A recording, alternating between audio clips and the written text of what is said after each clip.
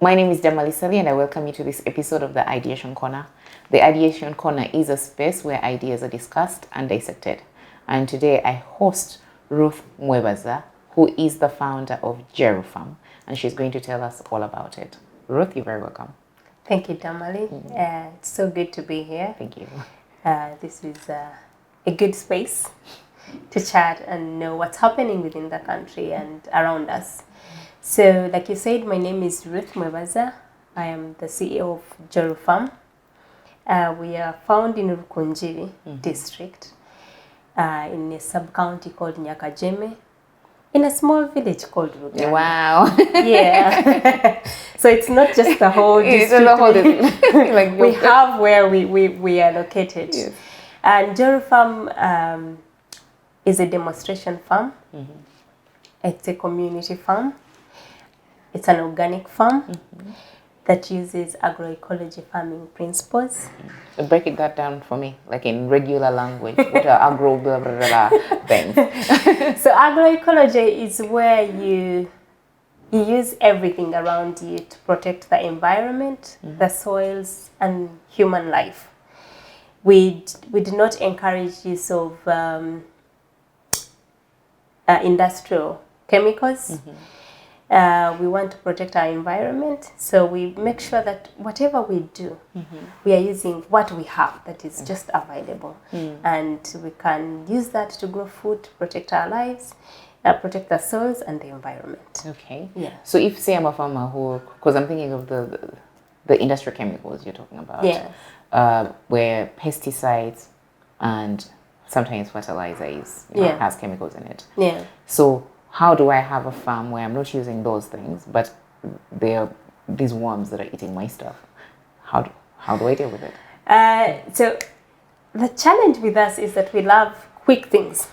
We want to fix things and move on and fix.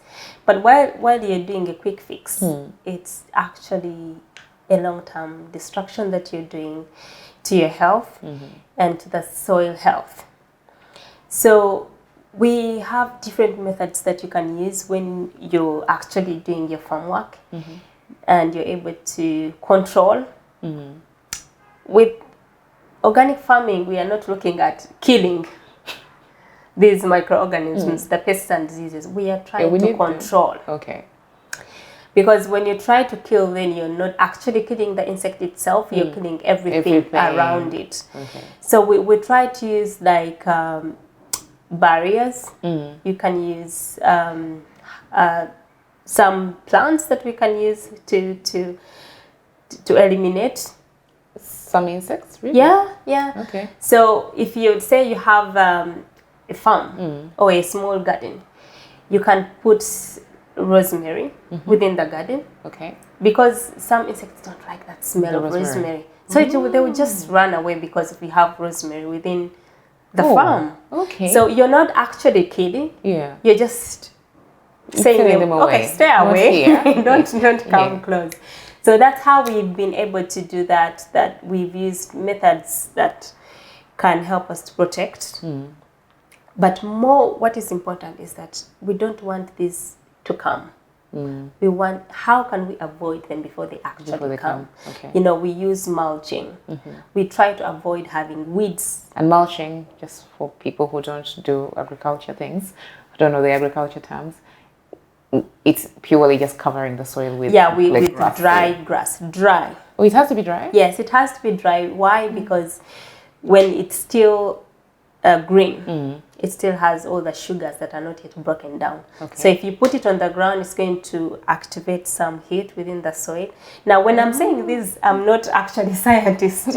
No, but that's what we want, because we're not scientists either. We want to let people know that you don't have to be a scientist, but these are really usual things that we can learn from each other. Okay. That when you cut the green grass and put it on the soil, there's so much heat. And then it kills, does it kill? So if you have that heat, it's killing the microorganisms that are in the soil that should be helping you to break down the soil. Yeah. So that's why we use it has to be dry. Okay. Dry cover. We also do like rotations. If you're growing beans that have nitrogen, that fix nitrogen within the soil, when you harvest your beans, now put something that has tubers, like a root tuber. You can put potatoes. Okay. They're feeding from the ground. Or cassava. Okay. So you're helping your soil to balance. Your pH is balancing. And the things that we use are the normal things like wood ash. After you've cooked your meal. Yes. On so with charcoal. Yeah. Okay. The ash. Yes. The normal ash. So we use that as a pH control. Okay. It helps to you stabilize. Spray it in the soil? No. You use a spoon of wood ash. Yeah. Put it in your planting station. Let's say you're going to grow maize. After you've dug out the hole for maize, put your 1 spoon of wood ash. Okay. Just within the soil, at the base of the soil. So that one helps to correct the soil acidity. Just 1 spoon? 1 spoon. It seems like a very little amount. It's enough. So they've done the science and they've tested it. Okay. And that's all you need. So it corrects your soil pH. So by the time you put in your seed, the soil has come back to normal. Let's say you've taken, maybe it's nitrogen, maybe you've been having beans, now you're going to put maize. So you're balancing the soil. By the time the seed comes in, the soil is at the same level. And I like this solution because anyone using charcoal or firewood, you have ash. Yes, you have ash. So you don't have to buy that. Okay. So we really use the simplest materials that are around our household. And if we need, say, fertilizer, like I planted my stuff, but I want to fertilize the soil organically using things I have. At Jory Farm, we emphasize use of compost. Now, when we talk of composting, these are the things that you have within the household. We use the green vegetation. We use the dry vegetation. We use cow dung manure. We use actually that's all we do. You pile them different layers, and we do train our farmers on how they can make their own compost. Okay. I've had people say, you dig up a hole and put all that's what I was just going to tell you, because that's what we do. You just dig a hole, and then any organic, like any like food stuff things, you just throw them there. You even throw food you've cooked and you just throw it all in there. Then it starts smelling. Then you cover it with ash. No, seriously, you cover it with ash, a vu, and then it stops smelling for you, and then you leave it in for a while, because it also, you don't want the flies there. So you dig a hole. Then whatever food cuttings, if you've like peeled potatoes, whatever, you throw it in there. Plus the food that you haven't eaten, you've cooked, it's not finished, you throw it in there. You don't put any plastics. Then when it fills up, or even as you're layering it, as you're adding things, it starts smelling. So you don't want the smell or the flies. So you put ash on it to stop the smell. Then when it fills up, you put more ash. Then you just leave it, God knows for how long, until you feel like, then you dig it up. So the challenge with this is that you're not in control of what is happening there. What we do on the farm, we don't actually dig out holes. Okay. We pile up our compost. Like there, you just pile it up, and we monitor. Okay. We monitor the heat that is coming from it. From it, because when you get the green and you add it with the dry, then the manure, there's microorganisms are breaking down, the sugars are breaking down. So when you pile it, by the end of 2 days, and you get a metal, like the metal stick, and you put it in there for like a minute. When you pull it out, you find it's very hot. Yes. So imagine if you're leaving that for in a pit. That hot. That means at the end of the day, you've killed everything. You've even killed the microorganisms that are supposed to be fertilized. They're breaking and all that. So you've killed everything. So this process, it takes about 4 or 5 months. Of you just piling and piling? You pile once, then you keep turning it. Every 3 weeks. You fast turn it for 3 times every 3 days, because you want to reduce that kind of heat. And then you leave it for another 10 days, you turn it again. By the end of the process, the soil smells so good. Really? It just smells. It's so broken down and it smells so nice. Even when you're applying it on your crops, you just feel like you're so proud of yourself. The crop is happy. and you just know that even when you apply it on your, and this is very good, you can just apply your seeds direct. Because you've broken it down, it's now good soil. Okay.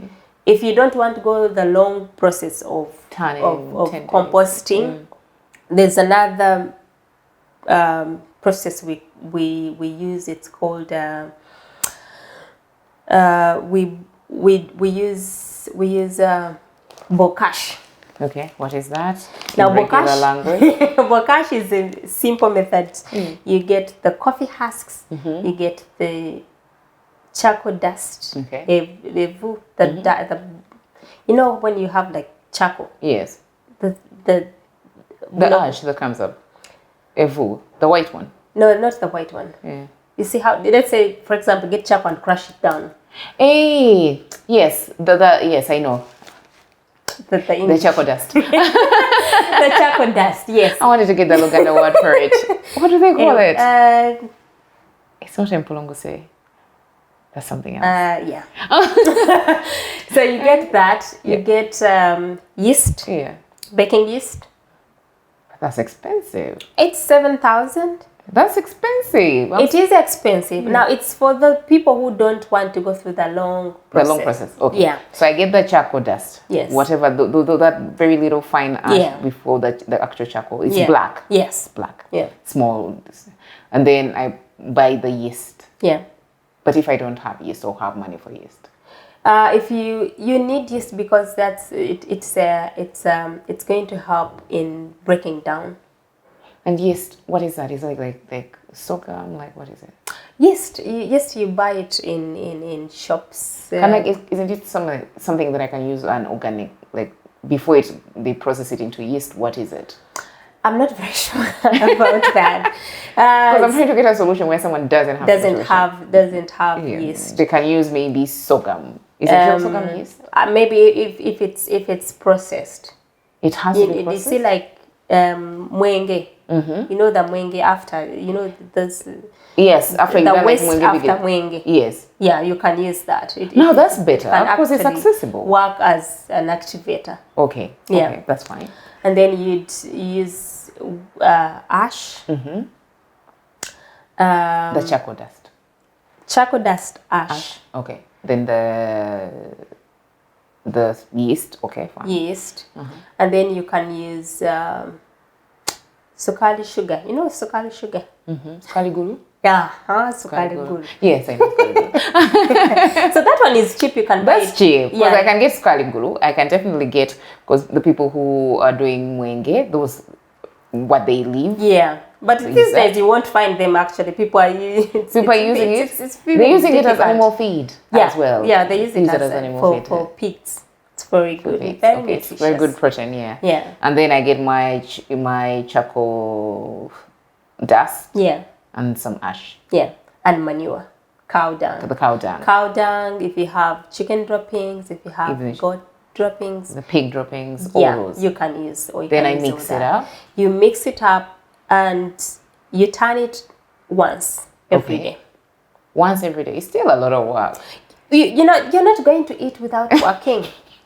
We have to get there and get our hands dirty. We have to work. The quick, easy thing. That's the problem. We don't want to work. And then by not working, we are actually spending more.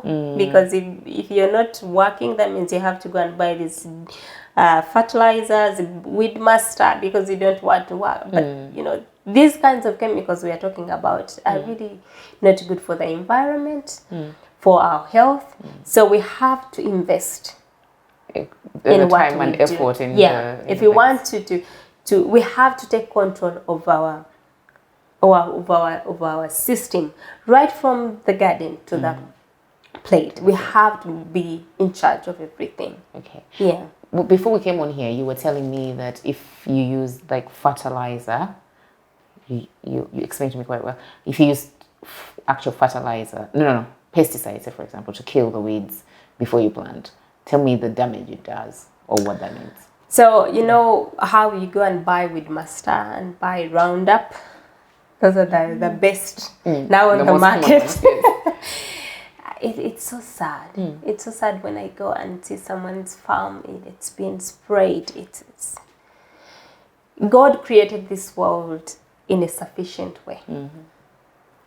Everything that we have, God had an idea of how we were going to work together. And that's why you have the trees, you have the animals, you have soil, you have lakes, you have rain. Everything you need to have food. I usually bring this story of God was the first farmer. When you look at the Garden of Eden, everything was there. There was water, there was green, there was animals. You know, God was the first farmer.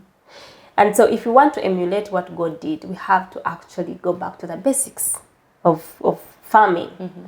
Now, when you talk about Roundup, Weedmaster, for them it's about money. You know, they don't care about your health, they don't care about your soil. They know they have to produce this month, and you have to come back next month and the following month. Because for them it's business.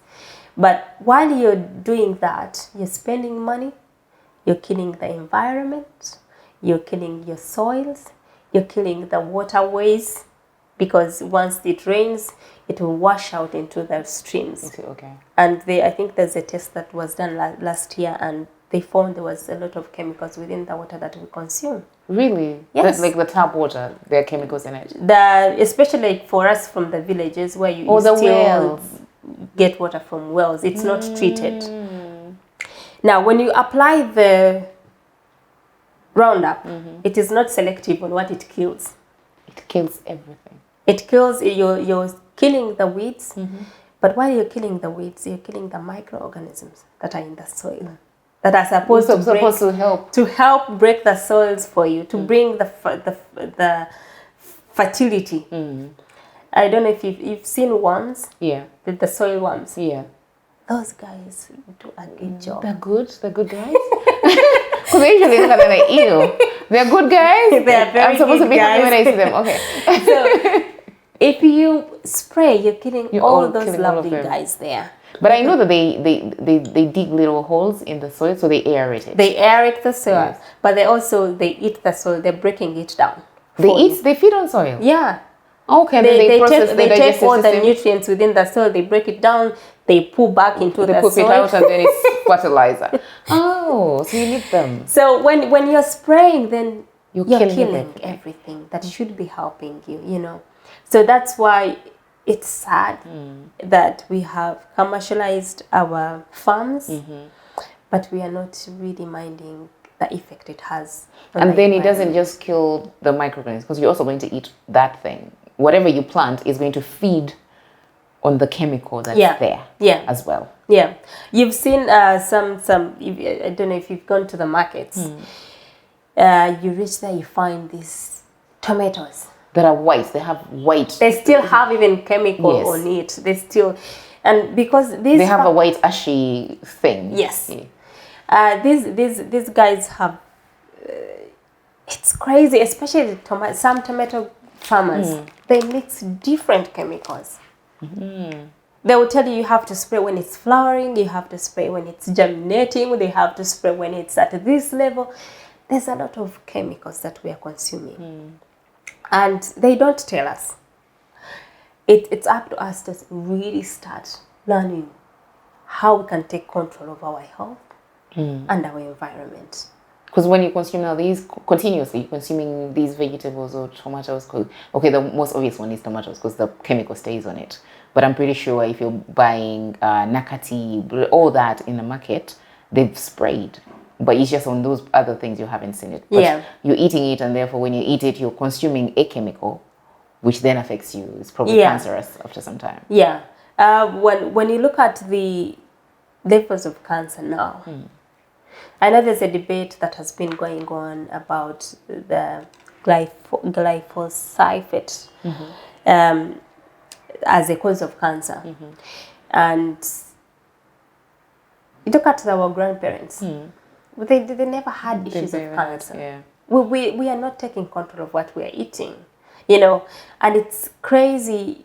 This lockdown opened up an opportunity for everyone, even with people who had no idea about farming. They were idle at home, and everyone just decided to start farming. And It's true. they would just go to the little space they have. they buy chemicals. Not enough no bobo. Now they were and they've not even explained to them Yeah. And also the people that are using these chemicals, they don't use protective gears. No, they don't. They don't. In fact, I was sharing a story with you where I went to our village and it was about planting season. Yeah. And everyone with their little plot of land had hired this guy at a very cheap price to spray to kill. So then when I talked to some of my cousins who were doing the same thing, they told me it just doesn't make economic sense for them to clear their plots of land with a hoe. It's more expensive than to pay a guy to spray. Yeah. It's quicker, it's faster, it's cheaper. So it was cheaper to use chemicals than to go the organic way. So for them, it's economics. Yeah, but you know, the economics is short term. Of course, if you're giving up your health for economics. Long term, you're killing this soil. Yes. That means you're going to spend more Continuously every season. spraying. You're going to be spending every season to buy fertilizers, to buy these pesticides, because even the soils themselves, they die. They are not resistant to these. You know, to the diseases. Yeah, they are so used to these chemicals coming and going. So even when you spray, this guy will be like, I was there last month. You know, I will stay around. I'll be around. You know, they get used to the chemicals. Resistant. Yeah. Okay. So long term, it's costly. And we need to now start focusing on long term than short term. You know, when you want to quick fix everything, then in the long run, you're actually killing yourself. But what do you say now, say, for example, to that cousin of mine who had to grow, he was growing maize, he sells it. It was planting season. He has to make money, so he doesn't want to spend money. He's a business person, can't afford to be spending money when I could spend less using the spray. So what do you tell to them? Because for them, it's cheaper to grow your acre, you spray, you plant, end of season, you sell. Now, it's when I went into farming, I had to learn, take time to actually learn and read and study. On our farm, this aroma organic farm, it's actually 1 acre model. Excellent. And it's very interesting that on that 1 acre, we have over 25 different crops. On the 1 acre? And vegetables, yes. We use small portions, but we use effective planting. Now, someone will wake up one day and say, I have 1 acre and I want to grow maize. On all the acre? On 1 acre. So they'll clear land, that whole 1 acre. And usually it's everyone. Yes, and they plant the same crop. Yeah. At the same time. Everyone is planting at the same time, and everyone is planting the same crop. Yes. Now, what happens? They will harvest at the same time. What happens is they're going to invest in chemicals and all that, and they're all going to harvest at the same time. Yes. Now, what happens at the time of harvest? The prices go down. Yeah, because there's too much. Yeah, and you find you're going to dry your cob. You need to your maize. You know, get them off the cob, dry them, the process of drying, and then look for the market. Storage, some get even spoiled because of poor after harvest handling. Yes. And then they get spoiled, and then you find yourself, you're selling a kilo of maize at 500. Even when they're drying it, because I know in our village, they dry it on the ground. Yeah. They just put spray on it on the ground. Yeah. Then the few lucky ones can have maybe a tundu valley, but those are few. Yeah. Most of them just like clear, cut away, then they spray. Yeah. Yeah. And then, you know, that's one of the things that I think was last year, Uganda exported coffee with stones, and they had to burn the whole container. And you have to pay for the process of burning everything. So at the end of the day, you know, you're losing. Yes.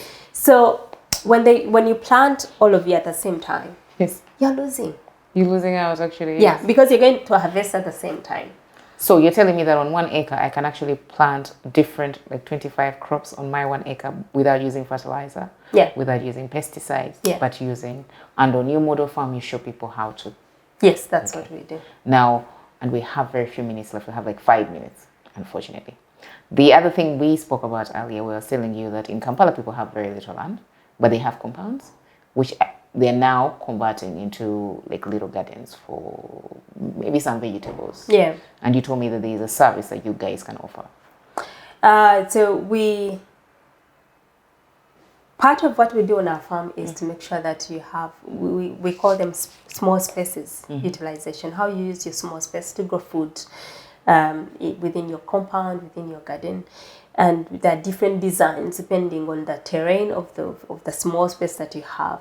Some can use hanging baskets, you can use raised beds.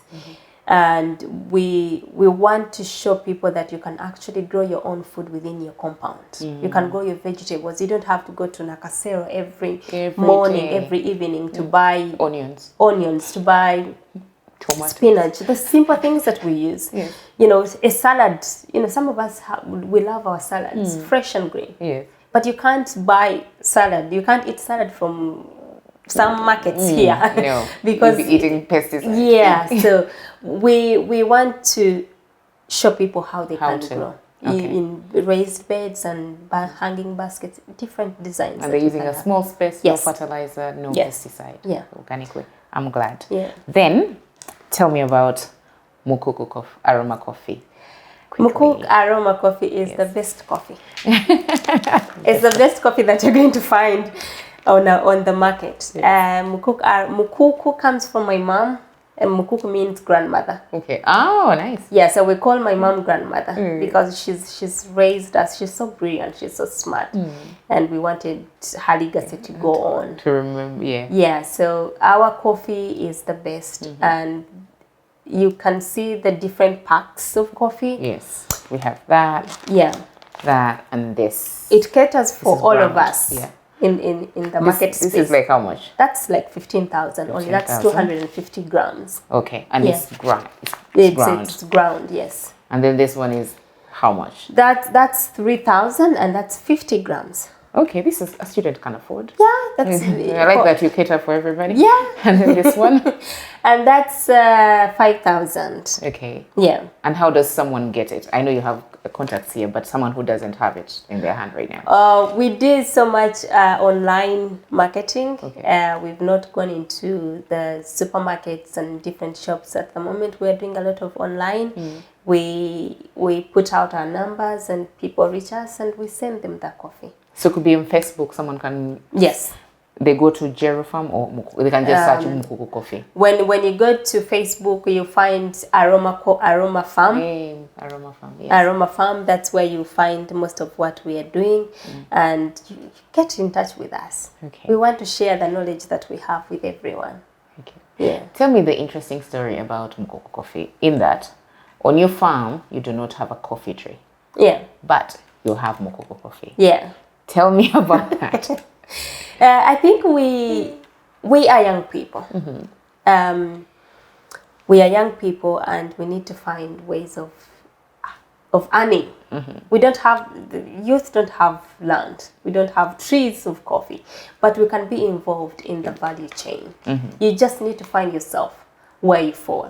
You can be either dealing in green beans, you can do parchment, you can do processing at whatever level, transportation at whatever level that you want to get involved in. Okay. So for us, we just realize we don't actually need to grow The coffee. the itself, coffee. Yes. There are people already growing We have people that are already growing the coffee. What we need is to give them the good price they deserve. Okay. The farmers put in a lot. So give them the price. The right price, then you buy The their right coffee. price. Buy their coffee, process Then it, you add value. add value to it, and bring it back to the market. And Uganda has the best coffee. I know, Yes. I love coffee. and it's true. It's not because I love Uganda coffee, but it is the best coffee. Yeah. But I also like the idea that, because young people and usually women don't have land. Yeah. But you're saying we can still be in the agribusiness. Yes. Buy you buying from the farmers and then you add value. Yeah. And then, you also make money and you make jobs. And so not everyone growing the coffee themselves. No, especially young people. And this is the same that you've done with this product. That's one of the products by one of our friends. My sister, she enrolled on a program with Lucid, which is in Mitiana, and they teach them how to dry pineapples. Okay. And you buy a pineapple of 1,000. They're so cheap. And During pineapple season, they're so cheap. Dry it and sell that at about 5,000, 10,000. And you don't need to have grown it. I like that. Yeah. Like you can buy from the farmers who are selling it, during the pineapple season, then you add value. She came back with that last night at home and she was showing us what she's done. She's also done wine. Now she's doing pineapple wine. She's doing pineapple wine? I'm looking for someone who's doing like this other wine from Scarlindizi. Is it Scarlindizi? Yeah. That Mubisi. So I've drunk certain people who are trying to do the Mubisi, but it's never, I don't know, I used to drink Mubisi before. It's just never the same. So I'm looking for someone who can do Mubisi like the right way. Yeah. So for her, she's doing, she's at school, they've trained them, and she's a young person. And she doesn't have land, but she can add value and create a job for herself. And I think that company helps them to do the packaging and all that. So we all the young people need to be involved somehow. Yeah, they can be in the agricultural value chain without you having land or growing things. Yes. And that way, in fact, it helps the farmers because you can buy the things, this post-harvest handling, the post-harvest losses, where the farmers in this village have all produced pineapples. They're selling at the same time. Yeah. And then people are not buying them and the pineapples are rotting. Yeah. If the young people are involved in that value chain, then they can buy this and add value to it. Yeah. We need to just be strategic. Yeah. Okay. So unfortunately, we've run out of time. So is there anything that you would like to add, anything we've missed, or tell, your viewers where to find you? Your last words. So if our physical address is in Rukonjiri on small village, Rugando. Our numbers, I can read some of our numbers if you would like to get in touch with us. Mine is 0701 186064. That's on WhatsApp, and you can call me anytime. I'm happy to share and work together. And you're also on Facebook? Yes, I'm on Facebook with Aroma Farm. I'm on LinkedIn. You'll find Ruth Mwebaza. On Facebook, Ruth Mwebaza. You'll find us. Okay. Yeah. Great. Thank you so much, ladies and gentlemen. You've heard from Ruth. Please, I've tested this coffee. I'm not just talking about it. I have tested it just before we came here. I brewed a cup. It's fantastic. Mukoko coffee, you should get some. And they cater for everyone. Yeah. And you could also try out their services on model farms. Yeah. I'm going to try out her service actually because I want a little vegetable farm in our compound. So I'm going to be trying out our services on that so that I don't have to eat vegetables with pesticides in them. Thank you.